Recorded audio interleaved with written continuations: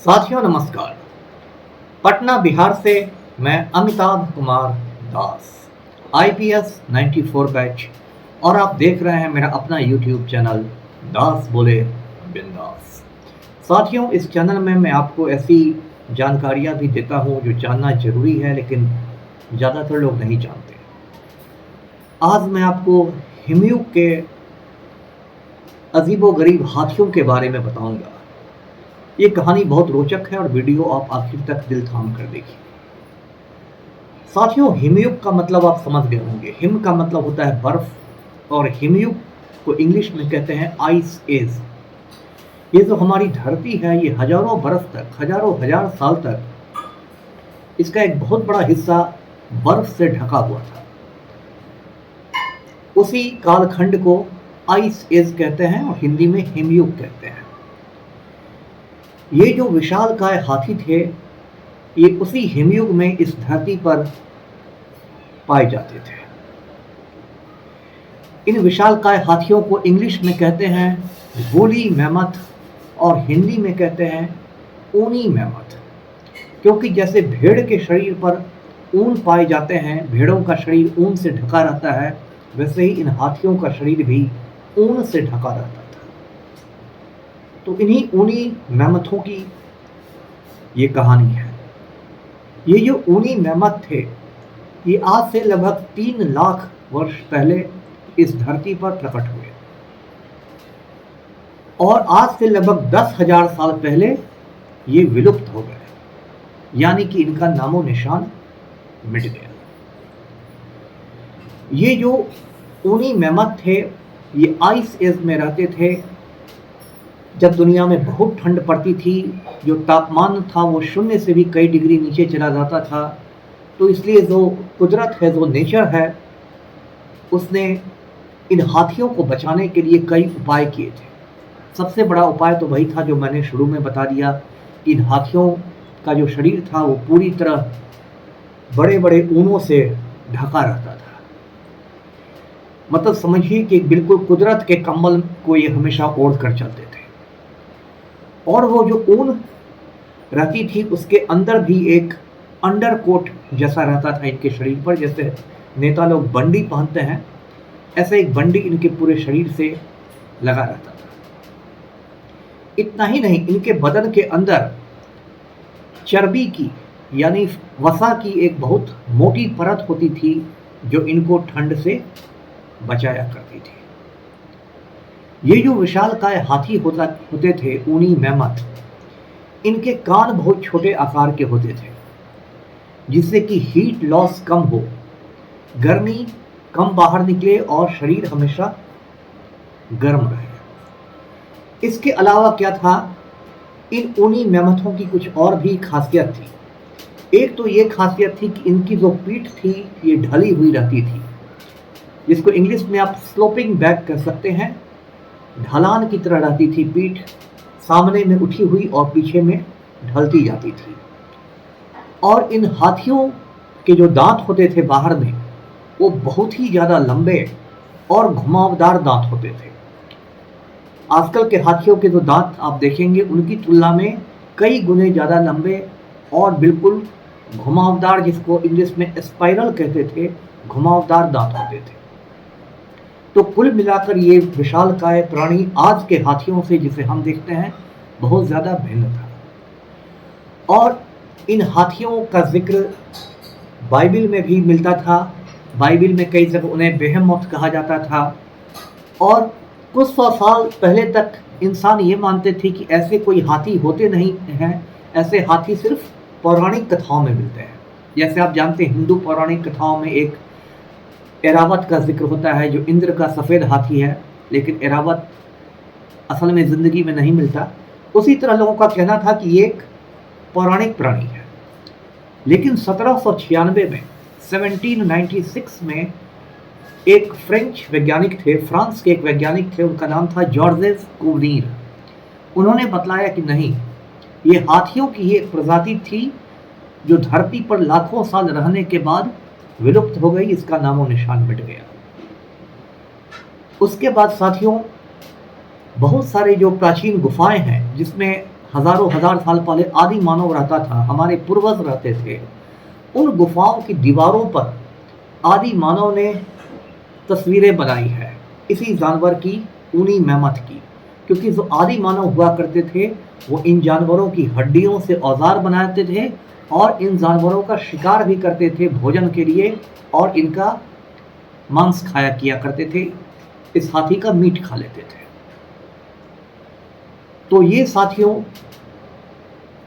ये ऊनी मैमथों की दुनिया थी।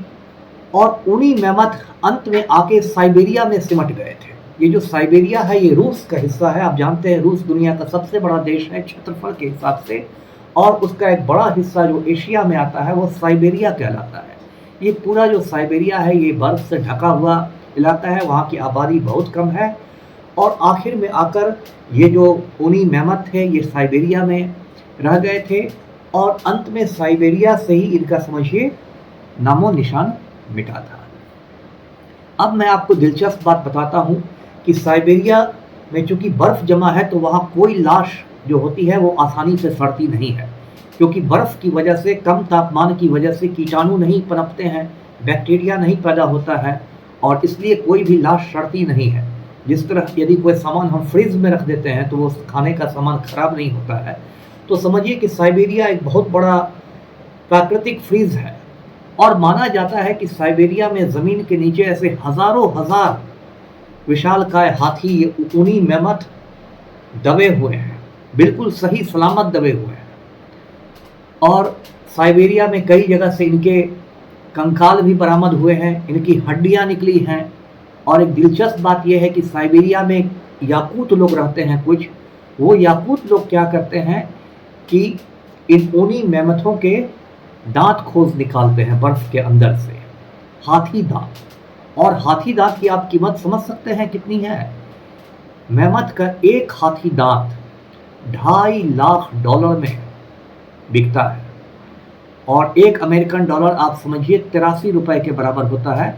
मतलब कई करोड़ रुपए में इस वूली मैमथ का एक दांत अंतर्राष्ट्रीय बाजार में बिकता है। और एक दिलचस्प बात यह भी है कि हाथी दांत के व्यापार पर दुनिया भर में प्रतिबंध है, लेकिन आप मैमथ के दांतों का व्यापार कर सकते हैं, क्योंकि मैमथ जो है वो प्रजाति खतरे में नहीं है, वो प्रजाति तो पहले ही विलुप्त हो चुकी है। इसलिए मैमथ के हाथी दांतों को आप कानूनी रूप से बेच सकते हैं। तो साइबेरिया के जो याकूत लोग हैं उनकी आजीविका का यही स्रोत है कि वो जमी हुई नदियों में और बर्फ में दिन रात खोजते रहते हैं मैमथों की हड्डियों के लिए, खासकर उनके दांत के लिए। साथियों, अब आप ये कहेंगे कि ये जो हाथी विलुप्त हो गए हजारों साल पहले, क्या इनको वापस लाया जा सकता है? तो साथियों, अब विज्ञान ने इतनी तरक्की कर ली है कि इस पर भी काम चल रहा है कि इन हाथियों को फिर से जीवित किया जा सके, पुनर्जीवित किया जा सके। क्योंकि साइबेरिया में यदि ऐसा कोई हाथी मिला है हजारों साल पहले का, बिल्कुल सही सलामत, तो उसके शरीर से डीएनए निकाला जा सकता है, और उस डीएनए से एक वैसा ही हाथी तैयार किया जा सकता है, जिसे इस प्रक्रिया को क्लोनिंग कहते हैं। इंग्लिश में से क्लोनिंग कहते हैं। यदि आप में से कुछ लोगों ने जुरासिक पार्क फिल्म देखी होगी तो उनको याद होगा कि जुरासिक पार्क में यही कहानी दिखाई गई है कि जो डायनासोर 6 करोड़ साल पहले विलुप्त हो चुके थे उनको फिर से क्लोन कर लिया जाता है, फिर से पुनर्जीवित कर दिया जाता है, और वे डायनासोर जो हैं वो फिर पूरी तबाही मचा देते हैं।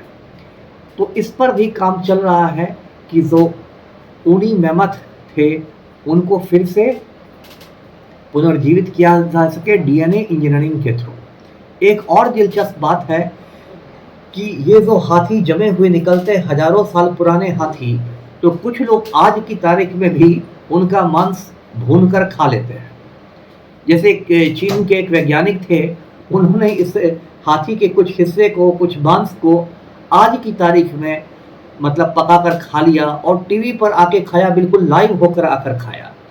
और उन्होंने कहा कि इसका बहुत खराब स्वाद है, बिल्कुल बेस्वाद है, ये मिट्टी वाला स्वाद है। उनकी आलोचना भी की गई, कुछ लोगों को ये काम पसंद नहीं आया, लेकिन चीन के उस वैज्ञानिक ने कहा कि मैं ऐसा इसलिए कर रहा हूँ जिससे विज्ञान की प्रगति हो सके, विज्ञान को पता चल सके कि ये हाथी खाने में कैसे लगते थे। और साथियों, जैविक रूप से पाया गया है कि ये जो हाथी थे, ऊनी मैमथ, ये आज के जो एशियाई हाथी हैं, जो भारत और एशिया के अन्य देशों में पाए जाते हैं, उनके बहुत ज़्यादा करीब थे।